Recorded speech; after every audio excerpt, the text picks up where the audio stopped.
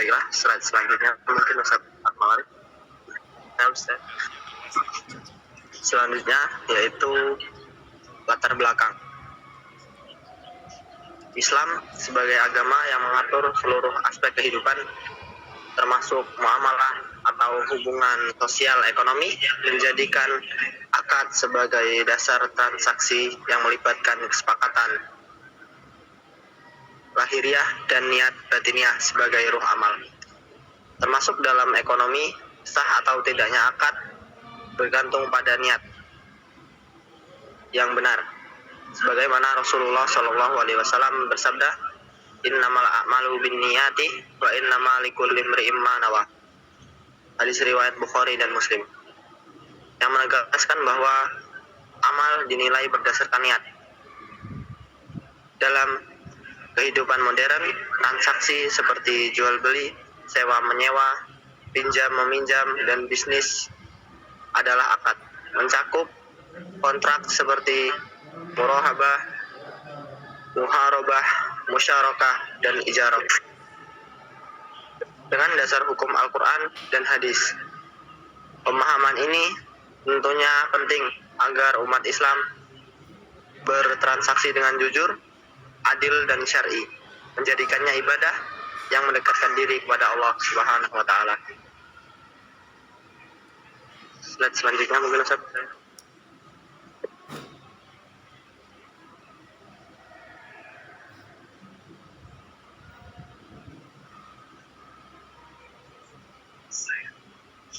Ustaz Akmal Arif. Nah Ustaz, sebentar. Nggak bisa ini.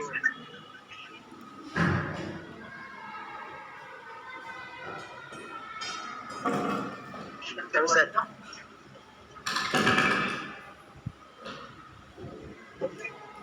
Selanjutnya yaitu rumusan masalah. Pada makalah kali ini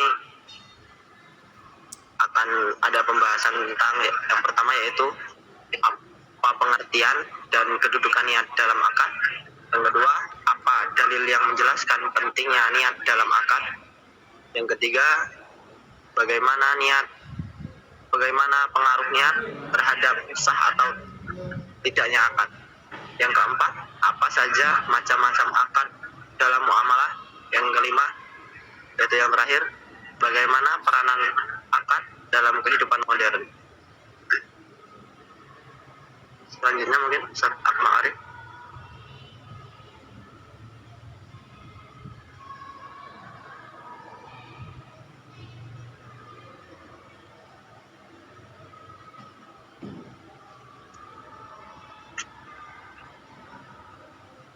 Pengertian niat dalam akad. Secara bahasa, niat berasal dari kata nawa yanwi yang berarti maksud atau kehendak dalam hati. Sedangkan secara istilah, niat adalah keinginan yang muncul dari hati untuk melakukan suatu perbuatan disertai dengan tujuan tertentu. Pendapat mazhab mengenai niat dalam akad yaitu pertama dari mazhab Syafi'i, niat yaitu yang membedakan jenis akad. Sedangkan menurut mazhab Hambali, niat bukan ruh akad, tetapi menjadi unsur moral yang memengaruhi nilai dan tujuan akad. Artinya, akad bisa sah secara hukum walaupun niatnya tidak benar.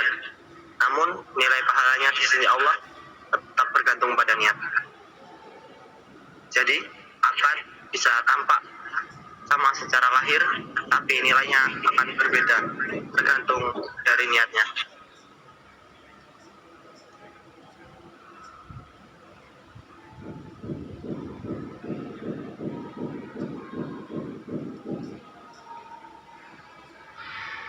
Selanjutnya yaitu dalil-dalil tentang pentingnya niat dan dalam akad.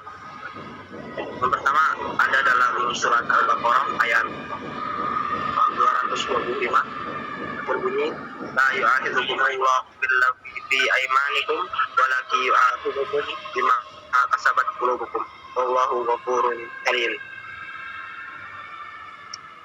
Allah tidak menghukum kamu disebabkan sumpah-sumpahmu yang tidak dimaksud, tetapi Allah menghukum kamu disebabkan niat yang terkandung dalam hatimu, dan Allah Maha Pengampun lagi Maha Penyantun. Selanjutnya dalil tentangnya ada pada surat Al-Baqarah ayat 5, yaitu yang berbunyi wa ma umiru illa liya'budullaha mukhlishina lahud-din hunafa wa yuqimus sholata wa yu'tuz zakata wa dzalika dinul qayyimah. Yang artinya padahal mereka tidak diperintahkan kecuali supaya menyembah Allah dengan memurnikan ketaatan kepadanya dalam menjalankan agama dengan lurus, mendirikan sholat dan menunaikan zakat, agama yang lurus. Dalil yang selanjutnya yaitu dari hadis Nabi Shallallahu Alaihi Wasallam yang berbunyi innamal a'malu binniyati wa innamal likulli imri'in ma nawa. Sesungguhnya setiap amalan tergantung pada niatnya, dan sesungguhnya setiap orang akan mendapatkan apa yang ia niatkan. Hadis riwayat Bukhari dan Muslim. Selanjutnya dalil tentang niat dalam hadis Rasulullah Shallallahu Alaihi Wasallam yang lain, yaitu yang berbunyi innallaha la yanzuru ila ajsadikum wala ila suwarikum walakin yanzuru ila qulubikum wa a'malikum.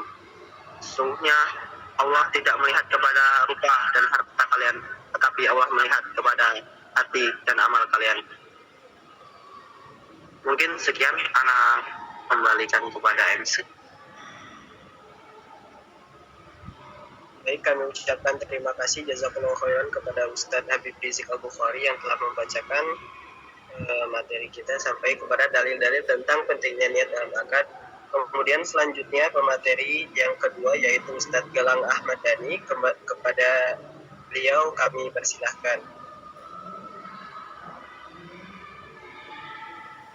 Baik, saya lanjutkan selaku pemateri yang kedua. Melanjutkan di dalam tema yaitu pengaruh niat terhadap akad. Dalam ajaran Islam, niat menempati posisi yang sangat penting dan berpengaruh. Pengaruhnya besar terhadap sah atau tidaknya suatu akad. Niat bukan hanya sekadar lintasan hati, tetapi juga mencerminkan kesungguhan seseorang dalam melakukan perbuatan hukum. Perbuatan hukum yang menurut syariat tentunya. Tanpa adanya niat yang benar, suatu akad bisa dianggap tidak sah secara batin meskipun secara lahiriah memenuhi syarat dan rukun. Adapun bagian yang pertama yaitu niat menentukan sah atau tidaknya akad. Di dalam hukum Islam, setiap amal dan perbuatan manusia selalu bergantung kepada niat. Hadis yang berbunyi innamal a'malu binniyati wa innamal likulli imri'in ma nawa menjadi dasar hukum dasar yang menjadikan bahwasanya niat menentukan sah atau tidaknya suatu amal termasuk akad. Dalam akad jual beli, pernikahan, hibah atau sewa menyewa, niat menjadi pembeda antara ibadah dan adat, antara akad yang benar dan akad yang rusak. Contohnya, jika seseorang menyerahkan barang kepada orang lain dengan niat menjual, maka akad tersebut adalah jual beli. Dengan demikian, niatlah yang menentukan jenis dan hukum dari suatu akad. Tanpa niat yang jelas dan benar, akad tidak memiliki dasar hukum yang kuat dalam syariat.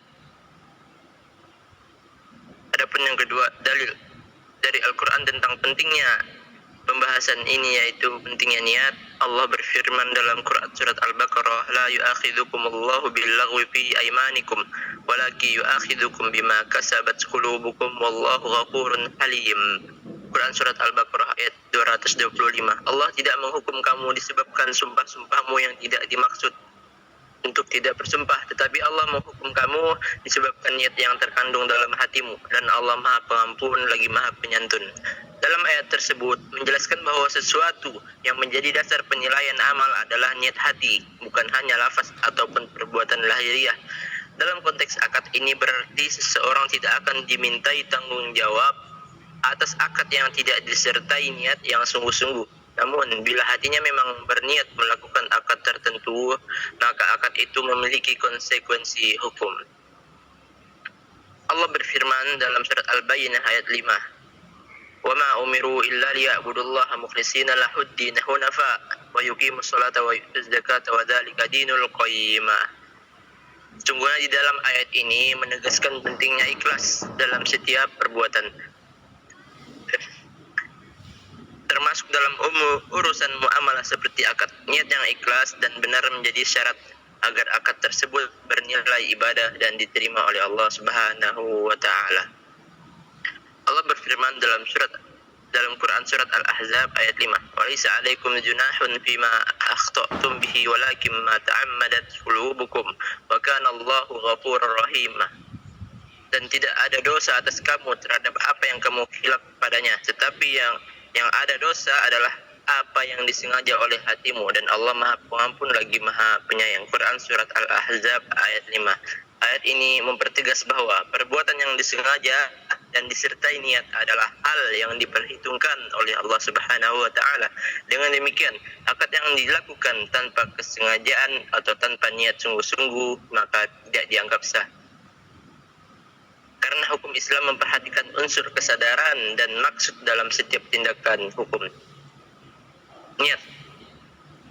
Yang ketiga, niat dan kerelaan, yaitu keridhaan sebagai dasar keabsahan akad. Selain niat, kerelaan yaitu keridhaan juga merupakan unsur penting dalam akad. Niat dan keridhaan saling berkaitan erat. Seseorang tidak bisa disebut ridho jika tidak memiliki niat yang benar. Dalam hadis an Abi Sa'id Al-Khudri anna Nabiyya sallallahu alaihi wasallam qala la yahillu bai'u illa antaradin. Tidak halal jual beli kecuali dengan kerelaan di antara kedua belah pihak. Kerelaan ini tidak mungkin muncul tanpa niat yang benar, maka akad yang dilakukan karena paksaan, karena tekanan ataupun tipu daya tidak sah karena bertentangan dengan prinsip ridho dan niat yang tulus. Adapun yang keempat, dampak niat terhadap keabsahan akad. Akad menjadi sah apabila disertai dengan niat yang benar, ikhlas dan sesuai dengan tujuan syariat. Akad menjadi batal atau rusak apabila disertai niat yang salah, seperti niat menipu, menyembunyikan cacat atau memanfaatkan kebodohan pihak lain. Yang ketiga, akad menjadi tidak sah apabila dilakukan tanpa niat atau dengan tanpa kesadaran, seperti akad main-main, dipaksa atau dilakukan karena keliru. Yang kelima, contoh konkret dalam kehidupan yang dapat kita ambil petik pelajarannya, yaitu jual beli yang dilakukan secara pura-pura. Misalnya seseorang mengucapkan ijab kabul jual beli hanya untuk bercanda, maka akad itu tidak sah karena tidak disertai dengan niat yang sungguh-sungguh. Jadi macam-macam akad dalam muamalah. Baik Ustaz, slide selanjutnya. Yang pertama yaitu al-ba'i, akad jual beli dalam yang bentuknya yaitu akad jual beli adalah pemindahan hak kepemilikan barang dari penjual ke pembeli dengan imbalan yang disepakati. Bentuk-bentuk jual beli antara lain murabahah, yaitu dengan penjual menyebutkan harga pokok barang dan keuntungan yang diinginkan, pembeli menyetujuinya. Akad jual beli yang kedua yaitu salam. Pembeli membayar di depan, penjual menyerahkan barang kemudian hari dengan spesifikasi yang jelas. Bentuk yang ketiga yaitu istisna, pemesanan barang yang harus dibuat atau ditentukan spesifikasinya mirip dengan salam tapi untuk produksi. Adapun macam-macam yang kedua yaitu ijarah, sewa menyewa. Perjanjian sewa menyewa atau suatu barang atau jasa dengan imbalan sewa yaitu ujrah dalam bahasa Arabnya tanpa perpindahan kepemilikan barang pada awalnya transaksi. Dan di sana ada juga bentuk ijarah muntahiyah bitamlik, yaitu sewa dengan opsi atau janji bahwa di akhir periode penyewa bisa memiliki barangnya. Adapun bentuk yang ketiga yaitu akad kerjasama atau investasi.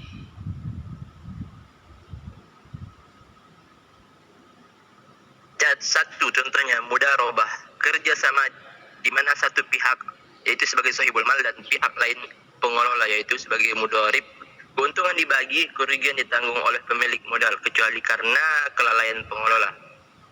Yang kedua yaitu musyarakah. Dalam bahasa kita, kerjasama usaha antara dua pihak atau lebih yang masing-masing menyetorkan modal. Keuntungan dan kerugian dibagi sesuai kesepakatan. Adapun yang ketiga yaitu syirkah, yaitu konsep bekerja sama dan perkongsian dalam muamalah. Yang keempat, wadiah atau titipan. Kontrak titipan atau pihak yang menitipkan menyerahkan aset kepada pihak lain, contohnya biasanya bank untuk dijaga. Biasanya digunakan untuk rekening giro atau tabungan biasa. Adapun yang kelima yaitu pinjaman tanpa bunga. Kontrak pinjaman di mana peminjam wajib mengembalikan jumlah pokok pinjaman saja tanpa ada tambahan yaitu bunga. Wakalah perwakilan. Kontrak perwakilan atau keagenan satu pihak menunjukkan pihak lain untuk melakukan tindakan tertentu atas namanya. Biasanya disebut dengan imbalan fee. Rohan, yaitu gadai, kontrak jaminan utang dengan menahan harta. Barang yang digadaikan akan menjadi jaminan atas pinjaman yang diambil. Adapun yang terakhir yaitu kafalah, jaminan. Kontrak penanggung atau jaminan. Satu pihak menjamin pembayaran utang atau pemenuhan kewajiban pihak yang lain. Contoh penerapan akad di era modern. Boleh selanjutnya, Ustaz.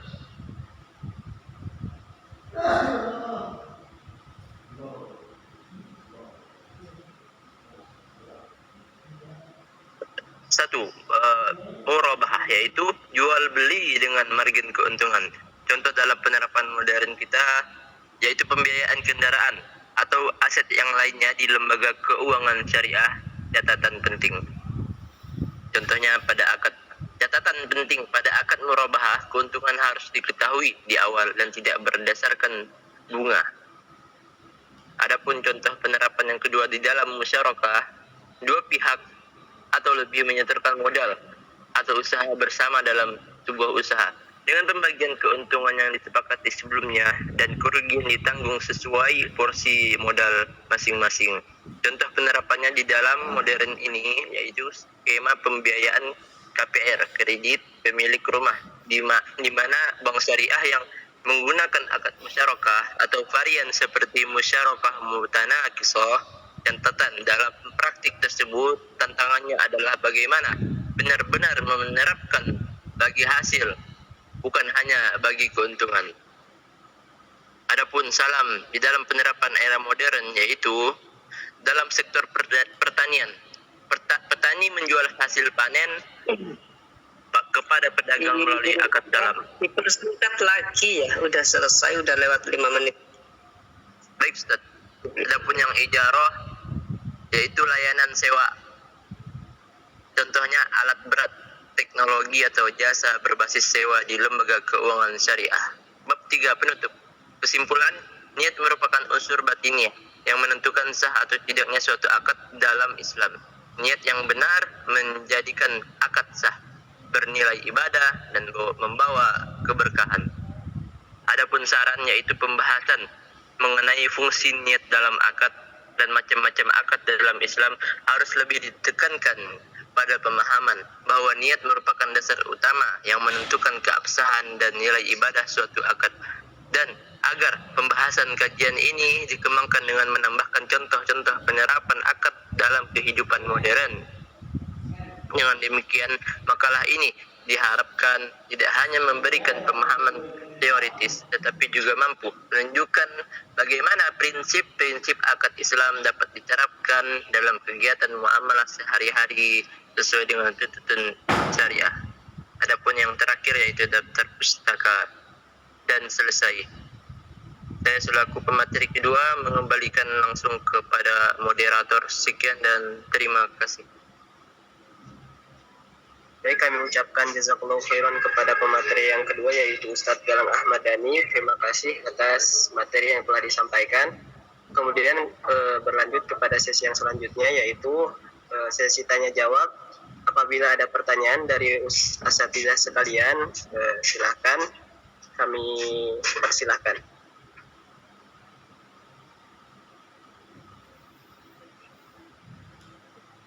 Bentar, ini saya mau izin mau ngecek dulu yang bertugas hari ini hadir menyimak atau tidak. Seperti itu ya. Coba kita panggil namanya Ustadz dari kelompok 5 ya, Ustadz Ishak Bukhari, ada nggak?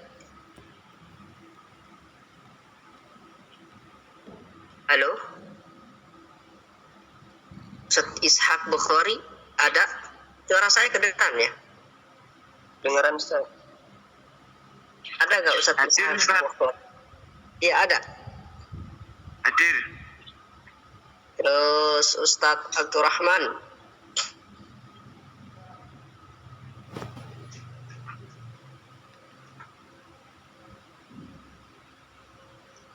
Ustadz Reza Afandi. Reza hadir Ustaz. Ustadz Tobi. Ustadz Tobi Pratama. Hadir Ustaz. Oke, tinggal satu ya, Ustadz Abdurrahman ada? Iya, silakan antum berempat. Ya. Saya berharap antum berempat, terutama ya, sudah membaca, mencatat apa masukan-masukannya, ada kekurangan-kekurangannya. Ya, jadi inilah kritis gitu ya, kritis dalam perkuliahan itu tidak mengapa. Ya, silakan.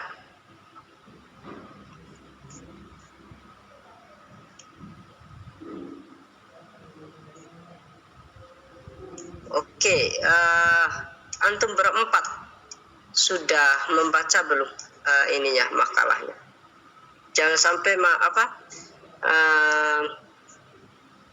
antum belum membaca makalahnya yang sudah dikirim ya, karena antum ditugaskan untuk bertanya. Pertanyaannya, antum berempat sudah ini ya, sudah membaca enggak makalah yang dikirim?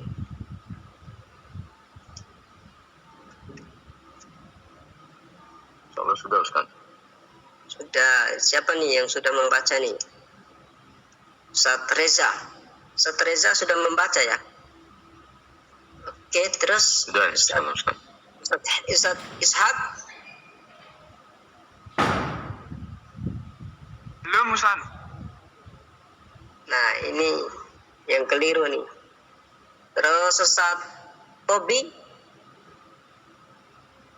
Baru separuh Ustaz, baru pengaruhnya terhadap akad Ustaz. Nah, ini sedangkan makalahnya kan sudah dikirim sudah hari kemarin ya, mana sih tadi? Fikih. Nah, kalau antum ditugaskan untuk bertanya, untuk berinteraksi, untuk memberikan masukan, kalau antum tidak membaca ya bingung nanti apa yang ingin dikasih masukan. Seperti itu. Jadi saya berharap bukan cuma di mata kuliah ini ya, di mata kuliah yang lain juga. Tujuan teman-teman membuat makalah itu kan di samping untuk dibaca sendiri, dibaca juga oleh teman-teman gitu ya. Seperti itu. Oke, silakan kita kasih waktu untuk 4 orang ini. Ustadz Abdurrahman belum muncul ya.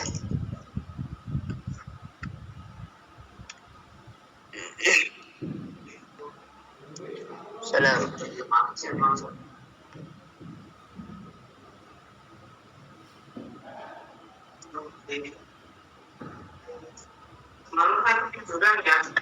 Baik Ustaz.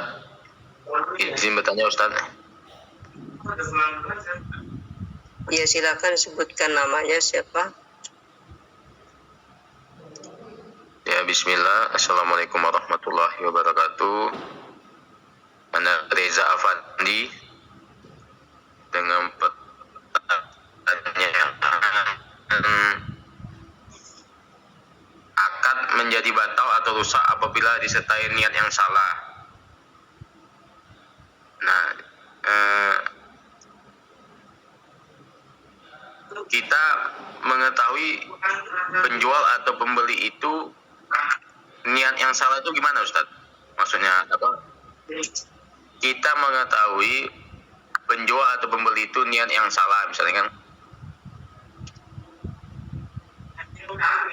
Halo Ustaz, halo. Kami dengar.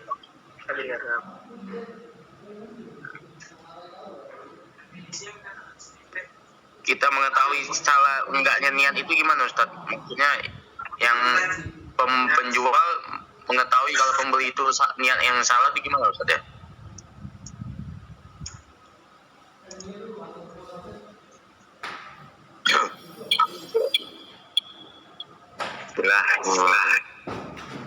Masih menjawab Ustaz.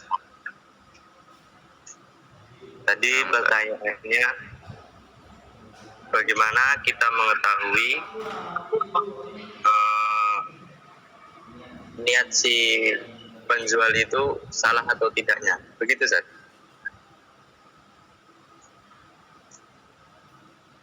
Nah Ustaz, kurang lebih kayak gitu Ustaz. Kembali lagi ke niat Ustaz. Sepengetahuan saya bahwa kita itu diperintahkan untuk menilai seseorang itu dari dohirnya. Adapun niat sendiri ini sudah kita ketahui bahwasanya niat itu amalan hati. Jadi ketika ditanya bagaimana kita mengetahui niatnya itu salah atau benar, itu kita kembalikan ke Allah saja. Namun di sini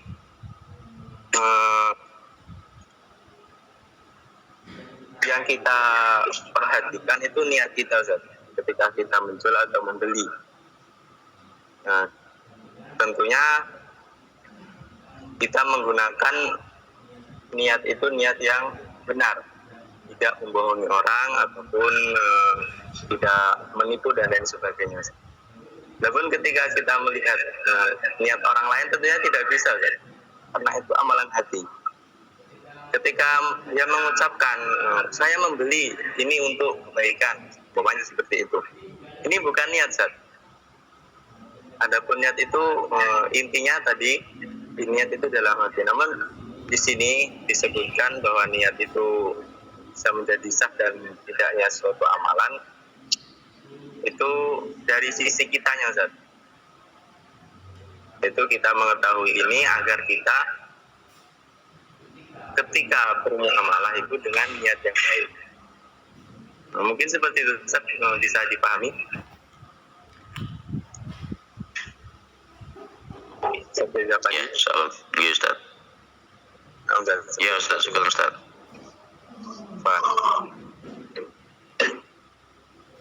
Saya kembalikan ke moderator.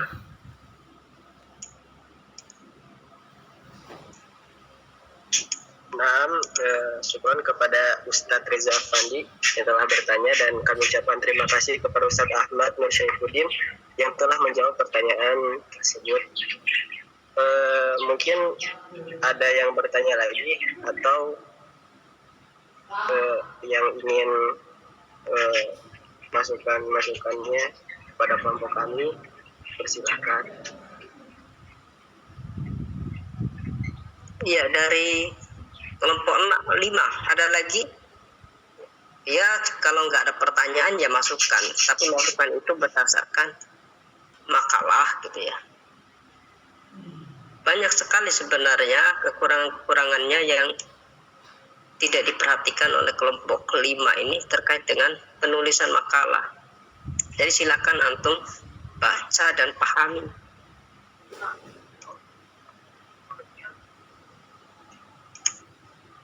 Ada nggak? Ini keaktifan mahasiswa itu akan ada efek positif maupun negatif. Yang bertugas tidak aktif itu otomatis nanti ada efeknya, efek dari akhir nanti, dan ini semua sudah dicatat ya. Demikian juga yang aktif itu ada efeknya, ada timbal baliknya, al jaza'u min jinsil amal.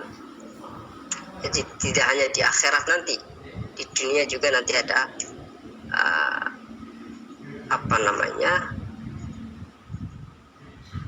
ada balasannya bagi yang aktif ataupun yang tidak aktif gitu. Monggo, tadi baru Ustadz siapa tadi itu yang bertanya? Ustadz Reza Afandi ya. Pertanyaannya cukup bagus. Nah, Ustaz. Afwan Ustaz, ini Ana mau bertanya satu lagi nih Ustaz. Silakan. Ya, di makal disebutkan sewa menyewa itu ada dua kan, izarah, ada juga bentuk izarah muntahiyah bit tamlik, yaitu sewa dengan opsi atau janji bahwa di akhir periode penyewa bisa memiliki barangnya. Mohon bisa disebutkan Ustaz ya, contohnya Ustaz ya. Sewa menyewa dengan di akhir periode penyewa bisa memiliki barangnya. Contohnya apa Ustaz ya? Syukran Ustaz.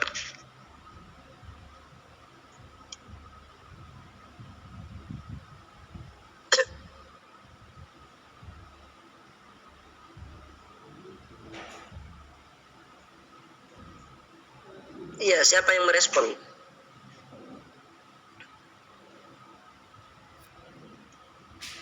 Oh, makalah ada yang Nah, Ustaz, sebentar Ustaz.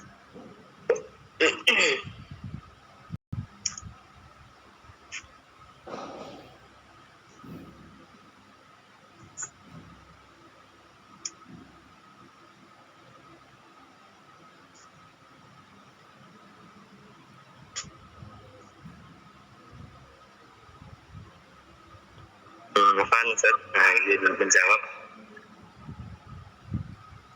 Tentunya dengan keterbatasan ilmu saya, jika ada kekurangan bisa dikoreksi oleh teman-teman mahasiswa ataupun dosen. Tadi pertanyaannya yang dimaksud sewa menyewa di akhir periode itu saja, di MDT itu saja. Ya, enggak Ustaz.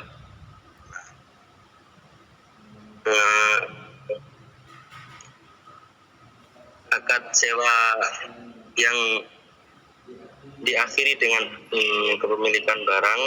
Jadi begini Ustaz penjelasannya. Contohnya misalnya ada nih seorang menyewa rumah dari bank syariah dengan akad ijarah. Kemudian setiap bulan seorang tersebut membayar uang sewa selama misalnya 5 tahun. Kemudian selama 5 tahun itu seorang tersebut yang menyewa tadi belum jadi pemilik rumah, statusnya masih penyewa. Tetapi di akhir masa sewa setelah 5 tahun bank menyerahkan kepemilikan rumah itu kepada seorang tersebut, entah sebagai hadiah yaitu hibah atau dengan misalnya pembayaran simbolis terakhir.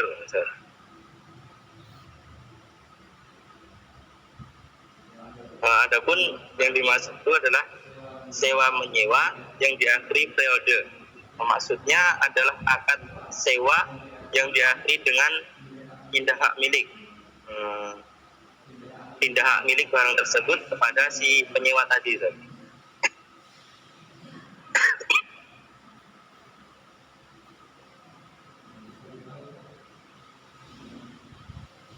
Mungkin seperti itu Ustaz.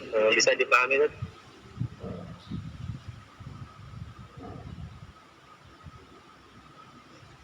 Oke, sudah dijawab. Ada lagi pertanyaan atau masukan dari kelompok 5? Ini tugasnya kelompok 5. Silakan, dari atas nama siapa ini? Nama saya Ishak Bukhari. Ishak Bukhari, silakan. Ya. Tentang akad Ustaz. Tentang akad. Ya, misalkan ada akad kita jual beli. Ada jual beli, kita sebagai pembeli. Akan tetapi kita pembeli itu hanya disuruh orang lain. Kita membeli itu disuruh orang lain, bukan untuk kita sendiri beli sesuatu. Nah, kita itu nggak tahu. Kita beli, misalkan beli apa ya? Beli barang, intinya beli barang gitu aja. Kita nggak tahu barang itu nantinya mau dibuat apa. Misalkan pisau, misalkan pedang gitu. Kita nggak tahu pedang itu nanti mau dibuat apa. Sedangkan tadi ketika dalam akad itu harus disertai niat yang jelas. Kalau niatnya salah berarti tidak sah nanti akadnya. Nah, ketika seperti itu kita belum tahu, sehingga ada keraguan-keraguan dalam diri kita untuk membeli hal tersebut, karena tidak tahu nanti setelah kita membeli barang tersebut itu mau digunakan untuk apa. Untuk yang akad seperti itu, keadaan seperti itu gimana Ustaz? Apakah niatnya tersebut masih terhitung niat yang sahih atau niat yang batil?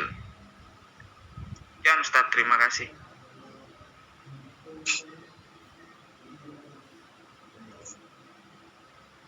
Silakan. Nah, Ustaz,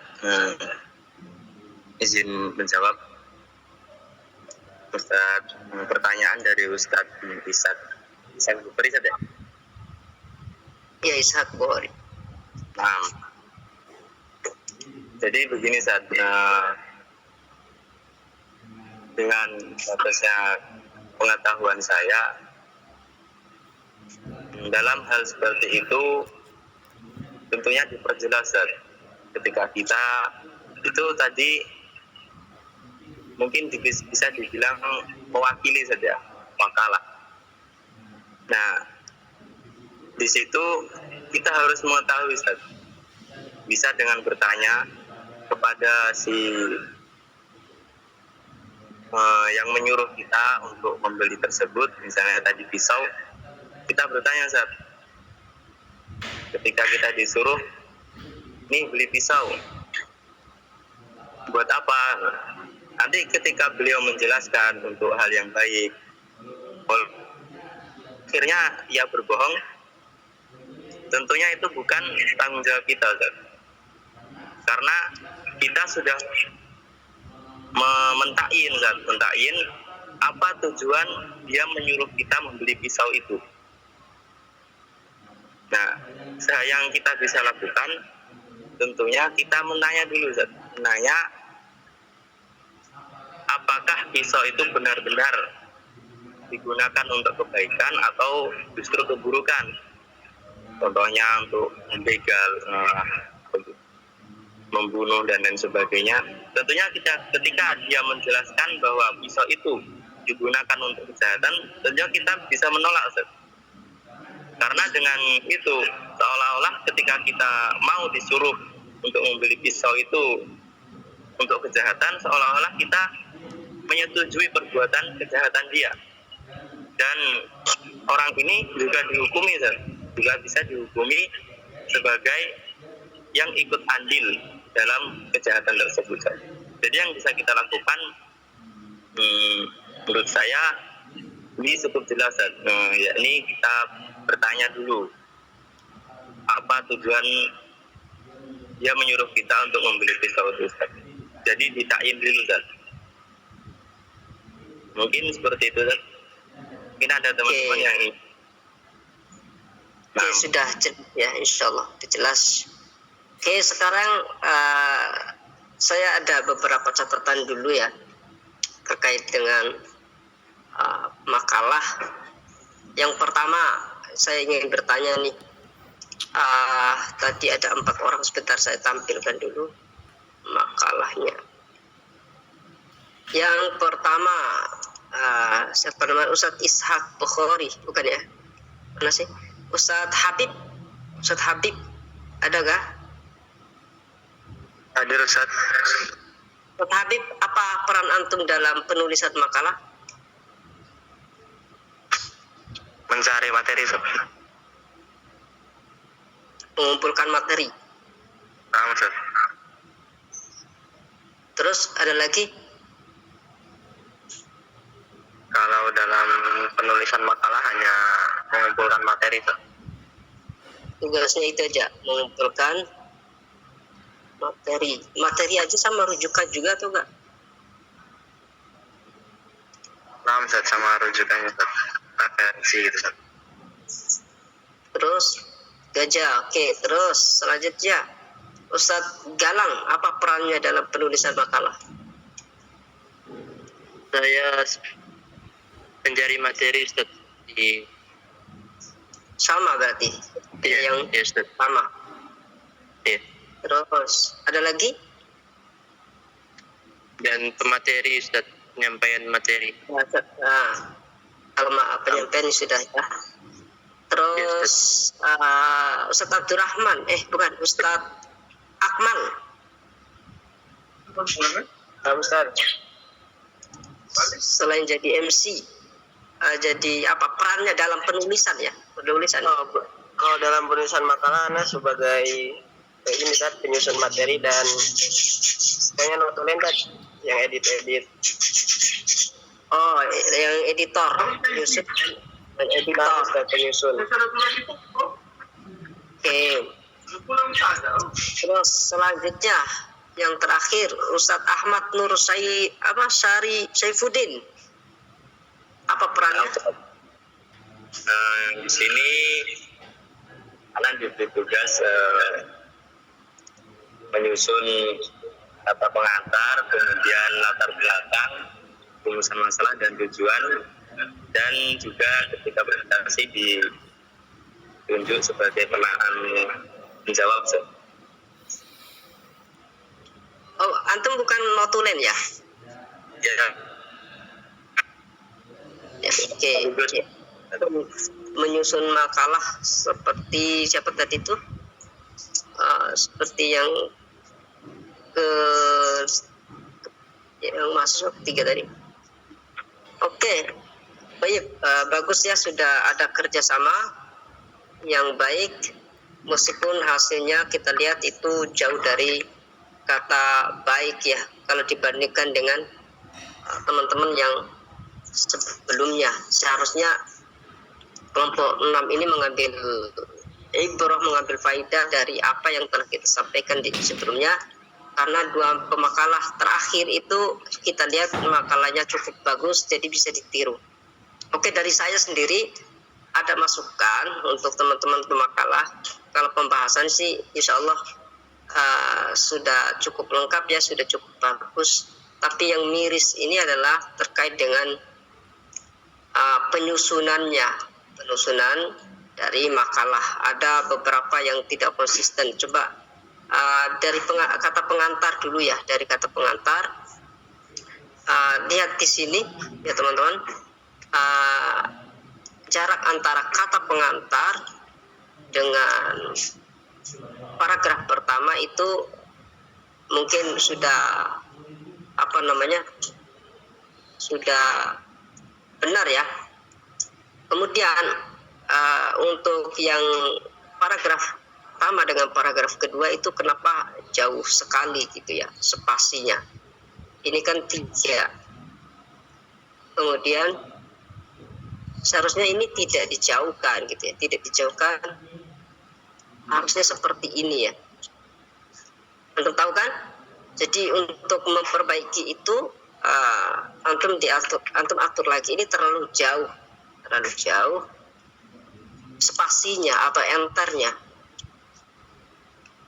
Nah, ini caranya adalah antum klik di sini di paragraf pertama, kemudian pilih di sini. Nah, ini dimatikan nih. Ada remove ini dimatikan. Biar spasinya enggak terlalu jauh.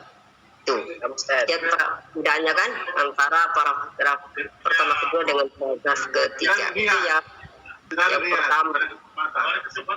Kemudian yang kedua adalah penempatan penulis di sini.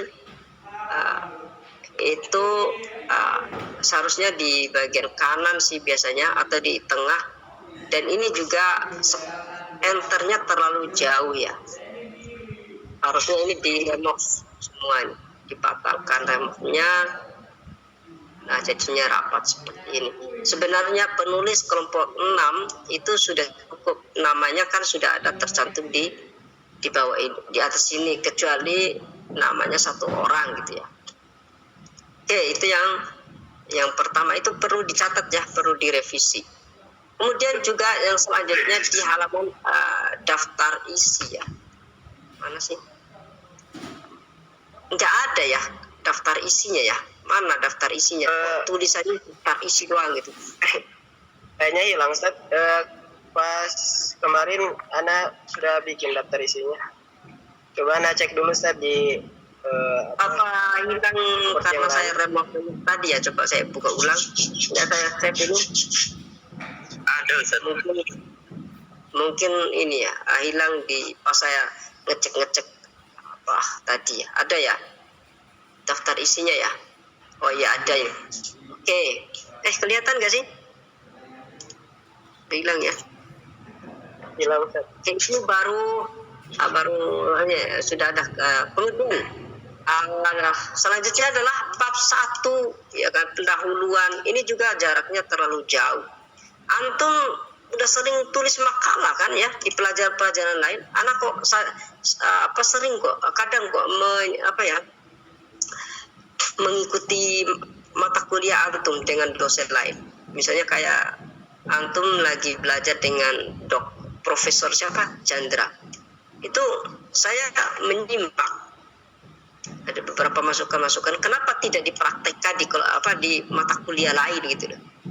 Apa antum hanya hadir di Zoom, ini berlaku untuk semua ya. Hadir di Zoom kemudian tidak antum dengarkan nasihat-nasihat itu, masukan-masukan itu. Dan kenapa tidak dipraktekkan ke kelompok lain, apakah ke mata kuliah lain yang menugaskan untuk nulis seperti itu. Ini sebagai wallah alam, antum sekarang dengar apa enggak ya? Anak tidak tahu, ini hal yang goib. Intinya seperti itu. Jadi apa yang disampaikan oleh dosen lain itu enggak apa-apa tuh disalah-salahkan. Tapi antum harus memperbaikinya di dosen yang berikutnya gitu. Jadi saling melengkapi. Bukan kesalahan di dosen A, lalu antum tetap salah di dosen B, dosen C, semuanya salah karena efek dari tidak ada perhatian antum terhadap masukan-masukan dari dosen itu. Seperti itu. Jadi dijadikan pelajaran, kita kan udah dewasa semua ya. Jadi jangan mengulangi kesalahan atau jatuh dalam lubang yang sama gitu ya. Oke, jadi intinya saya itu join di Zoom, beberapa Zoom untuk mempelajari itu, dan saya joinnya pasti antum nggak tahu, dan saya menyimak gitu ya, apa masukan-masukan misalnya Ustaz Jundi itu saya menyimak. Oke, seperti itu. Selanjutnya seperti ya, ini enternya terlalu jauh nih bab 1 dengan pendahuluan, bukan seperti ini penulisannya. Antum perhatikan lagi makalah yang, dan ini akan dinilai semua nanti tuh di di semester akhir. Kalau materinya insya Allah aman lah, cuman nanti rujukannya yang dipertanyakan. Demikian juga yang A, latar belakang. Latar belakang ini enternya terlalu jauh gitu ya. Karena efek daripada remove ini tidak dihilangkan. Terus berikutnya, kita kemarin di awal-awal pemakalah pertama itu sudah memberikan masukan bahwasanya penulisan font untuk ya berbahasa Arab itu apa kemarin? Arabik, tradisional Arabik, Ustaz. Tradisional Arabik. Kemudian ukuran fontnya untuk bahasa Arab. Benar, Ustaz. Tradisional. Ya, betul. Terus font apa?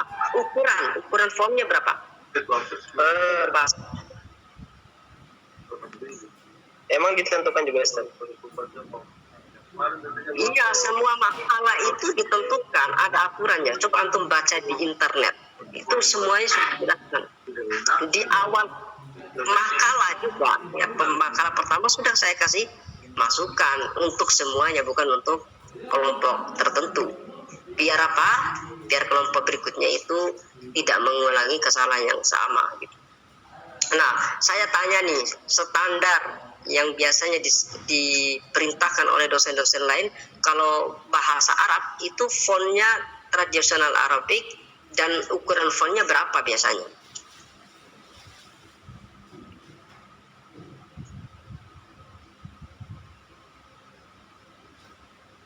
Masa dosen-dosen lain tidak ada yang ngasih masukan ketika ada makalah presentasi?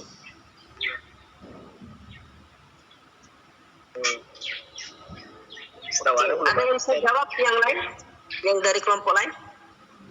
Ini Zat, kalau Arab itu tradisional Arabik ukurannya 14. Iya, 14. Itu yang bahasa Arab. Kalau antum itu terlalu kecil nih, 12. Jadi dirubah ya. Enternya spasinya juga terlalu jauh dengan yang di bawahnya karena masih aktif ininya. Berikutnya ada ketidakkonsistenan dalam penulisan. Di sini sudah benar nih rata kanan rata kiri, ya kan? Tapi yang di sini kenapa nggak rata kanan rata kiri? Kenapa nggak konsisten? Demikian juga di bawahnya. Kemudian selanjutnya terkait dengan catatan kaki. Masa iya dari sini paragraf pertama sampai kedua ini bahasa antum, bukan dari bahasa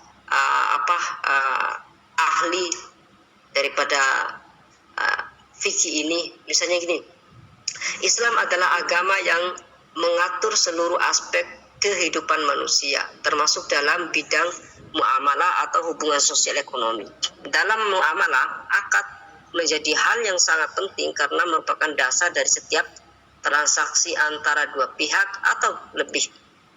Akad bukan hanya sekedar ini bukan sekedar ya, sekadar di sini nih diperbaiki.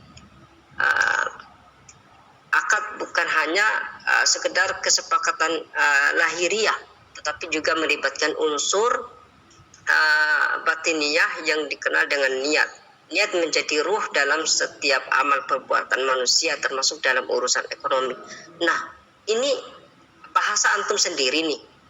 Kok tidak ada rujukannya? Ini siapa yang berkata? Saya nggak percaya kalau ini bahasa yang keluar dari diri antum sendiri. Oke, seperti itu. Demikian juga yang di bawahnya.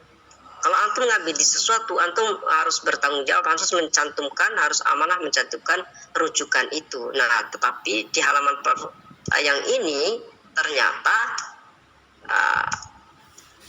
ini nih hadisnya saja nih yang antum cantumkan rujukannya, sedangkan di atasnya tidak ada. Mana nih rujukannya? Seperti itu ya. Dan ini juga sudah kita jelaskan di mata kuliah atau di pemakalah sebelumnya. Kenapa antum mengulangi kesalahan yang sama? Demikian juga ini hadis menunjukkan betapa besar dan seterusnya. Nggak mungkin ini bahasa antum sendiri. Oke. Ini juga tidak konsisten. Berikutnya poin nomor B, rumusan masalah.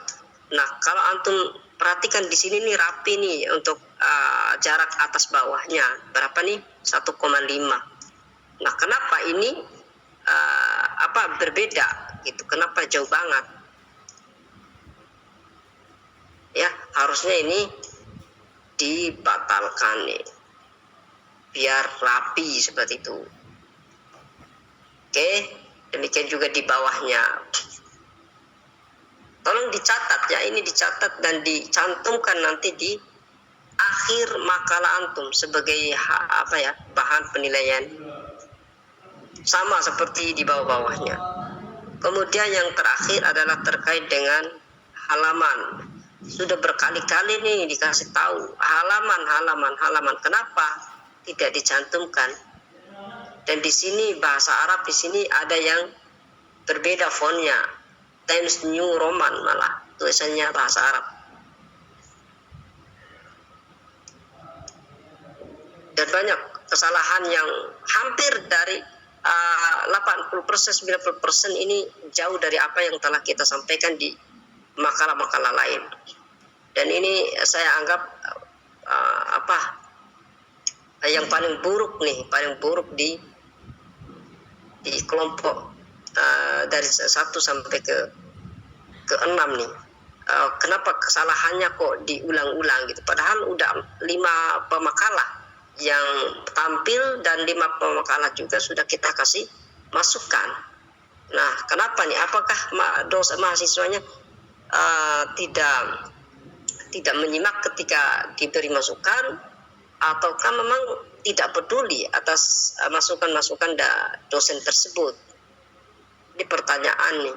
Jadi tolong diperhatikanlah. Demikian juga kelompok berikutnya, kelompok berapa ini? Yang berikutnya kelompok 7 ya. Silakan jangan diulangi. Ya kalau antum salahnya 1, 2 ya wajar ya, namanya manusia kan. Tapi tetap kita kasih masukan. Tapi kalau kesalahannya dari awal gitu kan 90% ini nggak diperhatikan, jangan-jangan ini dibikin cuman copy paste kemudian tidak dibaca lagi dan tidak ditata lagi. Nih, banyak sekali kesalahannya. Siapa tadi yang? Jadi ini fungsinya kerja kelompok. Antum ada 4 orang, sudah benar tadi, sudah bagus tadi pembagian tugasnya, tetapi setelah disusun oleh penyusun, dibaca lagi oleh semuanya. Ya, semakin banyak yang membaca, yang mengoreksi, semakin baik itu kualitas penulisannya. Tapi kalau setelah ditulis kemudian nggak dibaca lagi oleh yang lain, ya bodoh amat gitu ya. Wah, nggak akan benar tuh kerjasamanya. Jadi belajar kerjasama di awal, hal-hal yang kecil seperti ini, mudah-mudahan perkara-perkara yang besar nanti bisa kerja sama. Kalau cuek ya nanti perkara yang besar juga lebih parah lagi nanti. Kemudian selanjutnya adalah masih sama dengan di bawah-bawahnya. Kemudian terkait dengan daftar pustaka itu dilengkapi lagi. Ada di kitab kemarin sudah disampaikan, ada di kitab, harus ada yang ada di kitab, ada di internet boleh tapi tidak banyak-banyak. Ada batas minimal yang dari buku kemarin ya, seperti itu. Oke, itu mungkin dari saya kurang lebih. Kemudian sebelumnya terima kasih sudah hadir, sudah menunaikan kewajiban hadir dan presentasi. Demikian juga petugas yang tugasnya untuk diskusi, mendiskusikan, memberikan masukan. Tapi saya sangat disayangkan sekali di kelompok yang bertanya ada yang tidak hadir ya. Jadi Ustadz, mana nih Ustadz Abdurrahman? Halo, ada Ustadz Abdurrahman? Anak hadir Ustadz. Iya, di awal-awal antum dipanggil. Karena tadi di awal belum bisa open tiket, masih ada alakoh Mas Santri di SMP Ustadz. Oh, baik. Jadi tadi antum tidak berperan dalam memberikan masukan tadi ataupun karena baru bisa join nyimak jam 7.15 Ustadz. Jam 8.15 apa? Oke, seperti itu. Jadi ya dikabar-kabari aja ya, kalau sibuk seperti itu ya nggak apa-apa, dikasih tahu. Afwan Ustaz terlambat join karena ada ini. Ya sampaikan aja di grup biar kita tidak bertanya-tanya kenapa nih kok waktunya untuk bertugas kenapa tidak hadir gitu kan. Jadi kita kan bertanya-tanya sampai saya harus ngetik dan memanggilnya di grup seperti itu ya. Jadi yang lain juga seperti itu. disampaikan aja, nggak apa-apa, biar kita tidak mencarinya. Oke, mungkin demikian. Silakan kelompok lain perhatikan apa yang